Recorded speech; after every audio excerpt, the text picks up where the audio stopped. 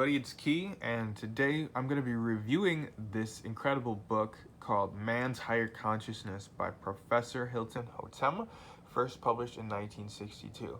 Now, this book really challenges the conventional ways of thinking of humans, what we have developed by modern science.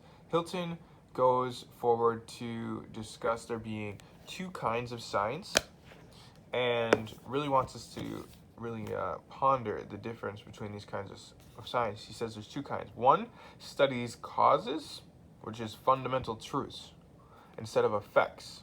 And the other focuses on observations, which is just studying the effects. He wants us to focus on the causes to find the fundamental truth. And that's why everything in this book is so different than anything you've ever heard before, and really challenges our whole world. And the point of this book is supposed to liberate us and to awaken us to the truth. So what he likes to talk about in here is the concept of breatharianism, and that humans have actually degenerated over time from originally needing nothing but air to the point where we feel like we're going to die without food. And now people initially would say, okay, well then how come people are starving to death every day in third world countries? Well, Hilton says, if you just focus on observations and the effects, like modern science is doing, then you're going to look at that and think that those people are starving because they're not eating food. But if you don't do that, if you look at the causes instead and look for causes, you can see that people are addicted to many different kinds of drugs where they die when they stop taking the drugs. People die all the time from quitting taking opium, for example. People even die when they're given really bad news, and they'll have a heart attack and just pass away. So he's saying you cannot attribute just the effects to the actual cause. You have to look for the causes and find the fundamental truth. In this book, he challenges many things, even the concept of food at all, building the body, nourishing cells. He challenges the concept of gravity as well. And so there's about 280 pages in this book, and it looks like there's all these chapters, but they're all really short lessons that are extremely potent. Most books I find just have about 2 nuggets of gold in them, though this book had so much gold in it that you really got to read it closely. It's just very, very interesting book. You won't want to put it down. So here's some notes that I took. According to climate, altitude, and condition of air, so is man. Warm air in temperate, tropical, low regions is the worst for the body. So he's saying that literally we can look at climate, altitude, and condition of air, and that will be relative to the state of the health of the human being living in that environment. Now, the author, Hilton Hotema, you're going to wonder, well, how did he die? Is he a breatharian? Because he spoke very much about longevity, that humans should be living at least 150 years to 1,000 years or more. And he gave lots of anecdotal references to people that lived from 150 to 400 years throughout this book, and in the last, since the 1800s, that have been recorded to do so. And he compiled, how to get to that point, and really that we should be going from a vegan to a fruitarian to someone that's just focused on liquids like fruit juices and herbs, and then moving to a higher climate where there's more ozone and ions in the air, and then we won't be hungry anymore. Now, why did he die? He died when he was 92 years old, and he believed he was going to live to 150. So it seems like, oh, maybe this wasn't working. Well, he was vegan, and he did live very healthily. But I read online that he also ate beans, which was against what he believed was good for health. He believed beans would actually erode your body. And he also died in Sebring, Florida. So we know he was living there for a long time, and Sebring is a place that is against his own truth that he found. So It was warm air, temperate and tropical in Sebring, Florida. It's also a low region, so as of among the worst place to live.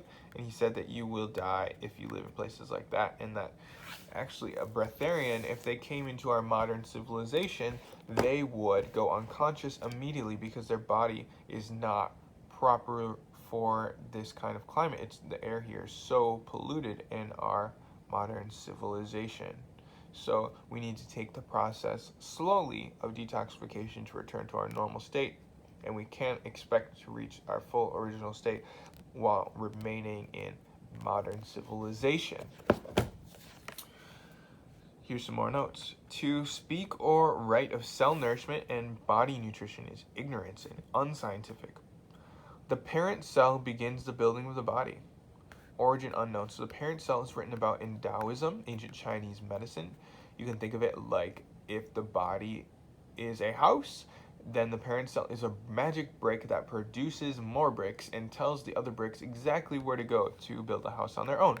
So it is just an electromagnetic center, a pattern for cosmic rays to crystallize and materialize around into form cells. Now, I don't quite understand what cosmic rays are. It's quite a ambiguous and esoteric term, but I think that we can bring it down to ionized minerals, all right? Because these cosmic rays, they form into minerals when they're condensed. Just like you can look at an electron and it looks like it is a particle, but it is really just a band or a net of tied up vibrations, or really dense vibrations, so really waves, and there are no particles in reality. So he suggests following up with the book Man the Unknown, written by Carell. He says cells are shadows of the condensation of cosmic rays. The process of growth is the work of these cosmic rays. The ingested substance merely produces activity in the cell function by way of stimulation, not nourishment. That's from his other book, The Nutritional Myth. He said that foods stimulate and pass through the body, like turning a mill with hydropower.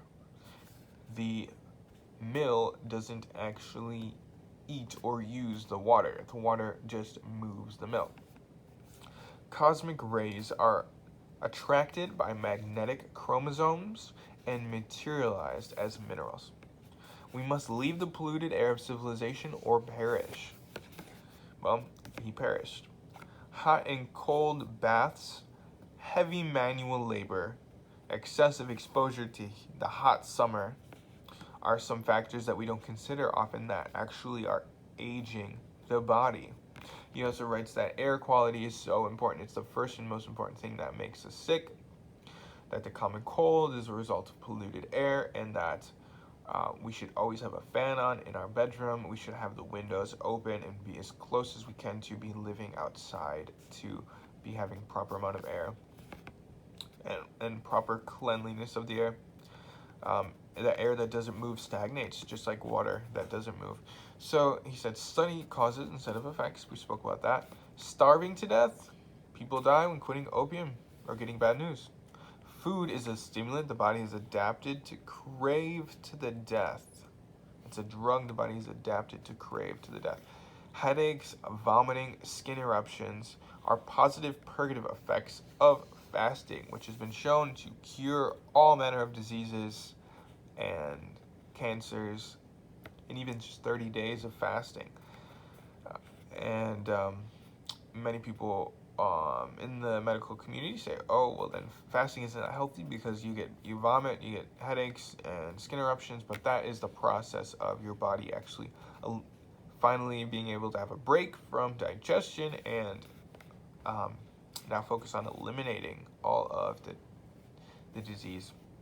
Man follows the line of least resistance. Ascension requires work, while descension is to drift with the tide.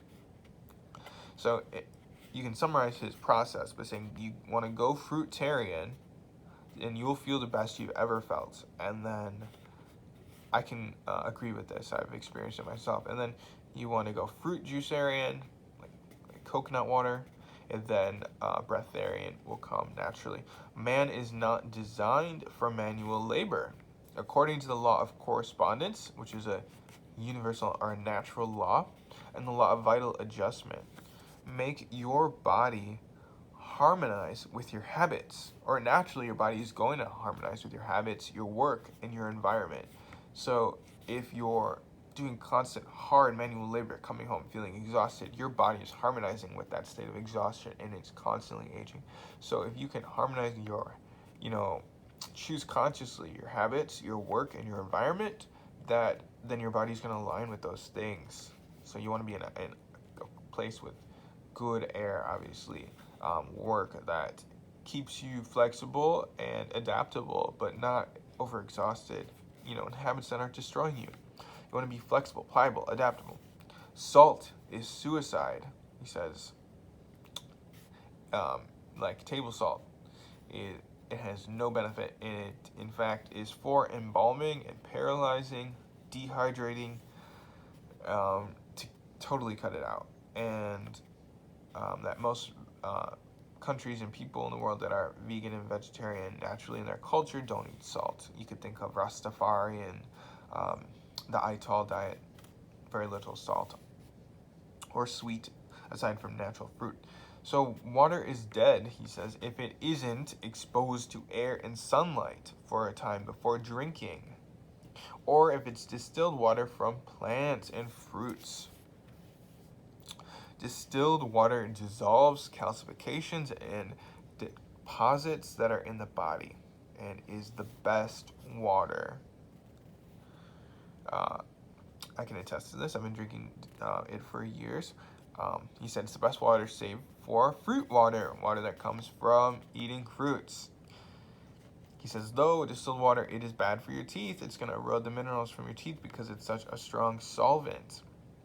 Coconuts, melons, berries, and fruits should be the only water consumed unless you have a hardening in your body or cancer that you're trying to erode away with this solvent of distilled water. So that's a new experiment for me. When I was fruitarian, I can definitely say I didn't need to drink any water, and I'm working my way back towards that because I can actually tell that the distilled water has been affecting my teeth enamel for sure. All fresh fruits should be eaten alone or with salad veggies. The reason for this is because chemical reactions happen in the stomach. So we got to be aware, my friends, of food combinations. When you're eating fresh fruits with starches and meats, it causes fermentation and the acid becomes very detrimental to our bodies. But when you eat fresh fruits on their own, then you have an alkalizing effect to the body and healing. He says oranges are the king of fruit. Obviously, if you're eating them with coffee and biscuits and bacon, whatever, for breakfast, then they're going to be very unhealthy. But if you're eating them on their own, they are all you need. There are very many testimonies of people that have survived for like months and months and months on just fruits. He has an anecdote of 6 months on oranges in this book. Dr. Robert Morse, a mentor of mine, was on fruits, I believe, for 3 months, and that's what really kicked him off on his health journey to become the Dr. Morse that he is. Orange juice is God's distilled water. You want to have an empty stomach when you consume it, though, and so it's very powerful for healing.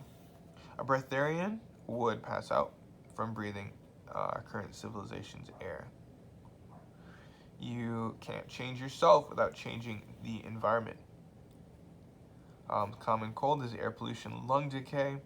High cold, ozonated, and ionized air is best to return to the breatharian state. And he left an anecdote of people flying, I think it was above the Netherlands, like 10,000 feet high, who had whooping cough, and several people on the plane, like, all were cured of whooping cough when they landed because of all the ozone in the air, the natural ozone, not pollution. So,